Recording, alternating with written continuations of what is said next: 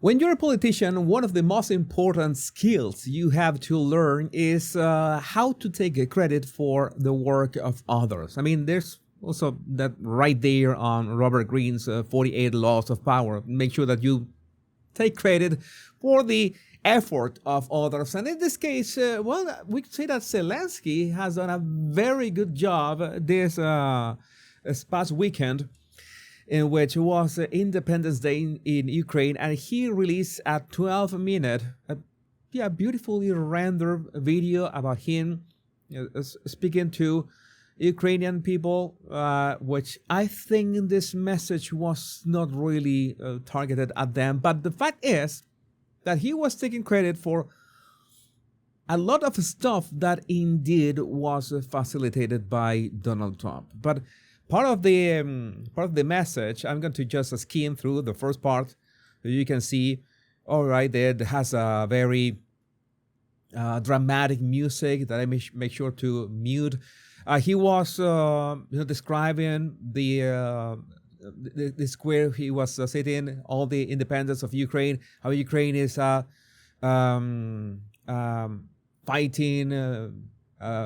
fighting country, very brave and courageous country. Okay, you know that it's the usual for any leader of any country. This is something that every single president or prime minister or whatever you want to call it is going to do. It's no big deal. But the problem we had was when he was talking about the latest efforts for peace in Ukraine, and this is when things, let's say, went a little south. Так б'є Україна. Let me adjust the sound. All right, we can. Так б'є Україна, коли її заклики до миру не чують. Скільки разів ми пропонували припинення вогню? Again, most important, he begins to say this section, in how many times has Ukraine proposed a ceasefire? And you know that the ceasefire, it should be with, keeping in mind that the war should end with some kind of negotiation. But sometimes that wars end either with surrender, unconditional surrender. Because I was listening to J.D. Vance, an interview with J.D. Vance like 2 days ago.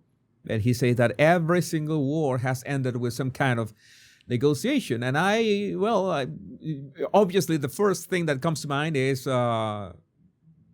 the nukes at Hiroshima and Nagasaki. That was great in terms of the negotiation, by the way, in that regard. But now Zelensky is talking about ceasefire, and what is he talking about? We see.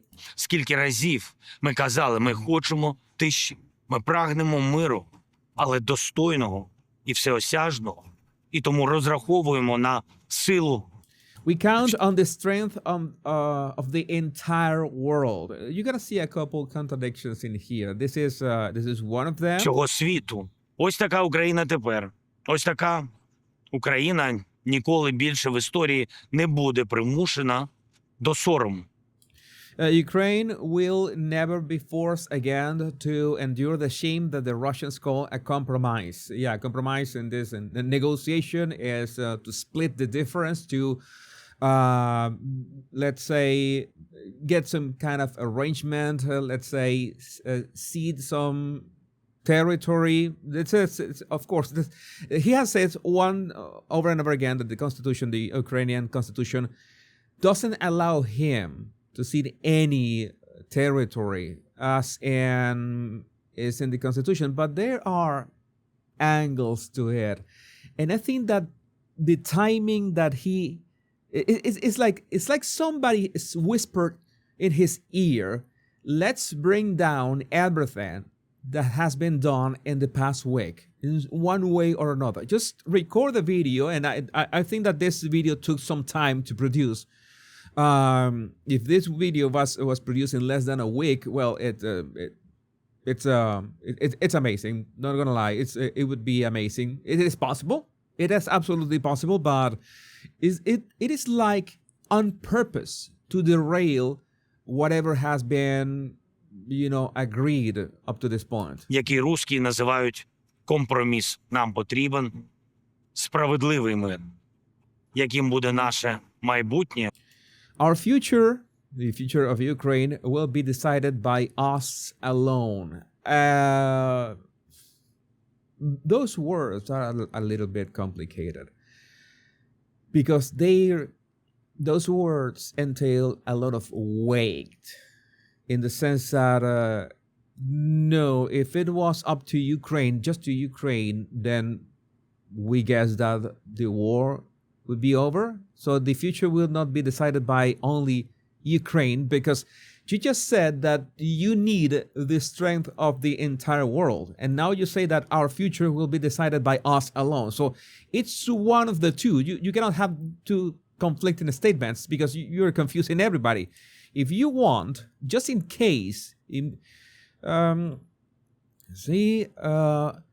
that is why we count on the strength of the entire world. He said like 10 seconds ago, and now he says our future will be decided by us alone.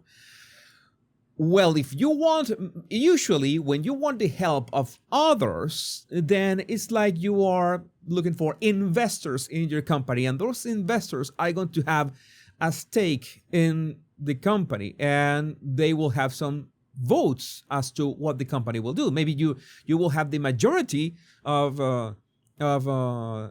stakes in the company, but still you will not get very far if you don't listen to your investors. In this case, his main investors is the EU, and we know that the EU practically needs the war of Ukraine and Russia to just continue.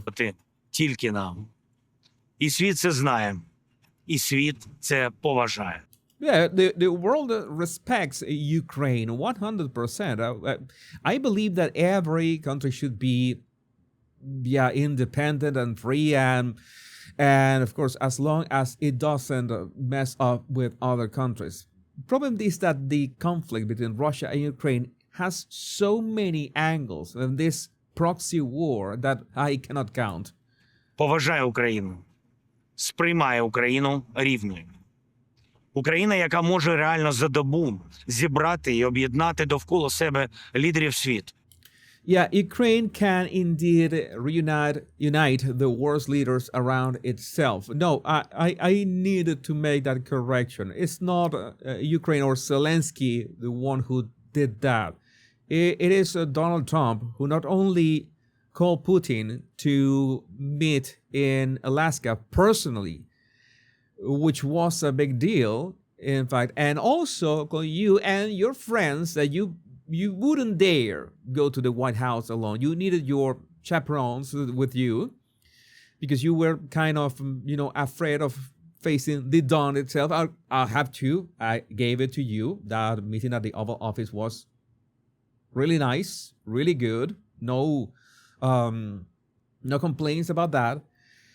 But now taking credit for that, we know it's something that politicians are going to do all the time.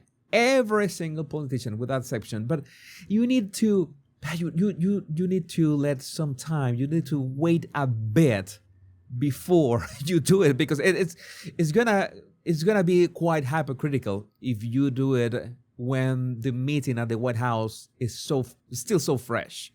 So that is my advice for you, Zelensky. Україна, з якою хоче спільно виробляти дрони, Америка, весь світ. Україна, яка відновила єдність Європи і США, і тепер є основою цього союзу. I think that he is making a soft campaign to join NATO, which I think they have told him over and over again not going to happen. But this sounds like a soft campaign. Let's Ukraine can help you, so let us join NATO, and let's us all protect all our backs. And well, I don't know if this is going to work the way that he intends. Україна, яка стоїть на своєму. Ukraine that stands its ground and can defend itself. All right. Again, it's like you need the help of the world. You need the help of weapons from everywhere, all over the world. It's like Ukraine can defend itself I don't know. Maybe I'm misinterpreting the subtitles. The subtitles are on his official account. Just in case if you are wondering who translated this, some kind of AI. I don't know. This was his captions, his English captions on his official X account. Just in case. Тепер є основою цього союзу. Yeah, the United States serves as foundation of its alliance. That is nice. Ukraine that stands its ground and can defend itself. All right. Україна, яка стоїть на своєму і може постояти за себе. А тому Україну чують, з Україною рахуються, до неї дослухаються. Yeah, Ukraine is listened to, but why should anyone listen to somebody who has postponed elections over and over again? Just a question. That is it's has not the, let's say, it is not safe to organize elections right now. That's what he claims. I would like to know if that is an actual justification for not having elections, but Її місце за столом. Їй не кажуть почекайте за дверима. Їй кажуть вирішувати тільки вам. No, that doesn't work like that. Саме таку Україну тиждень тому я мав честь представляти у Сполучених Штатах Америки. Сьогодні і США, і Європа погоджуються. Україна ще не перемогла, але вже точно не програє. Україна виборола свою незалежність. I would like to know what do you think about this in the comments. My name is Jesus Enrique Rosas. I'm the Power Pundit. Much love and bliss.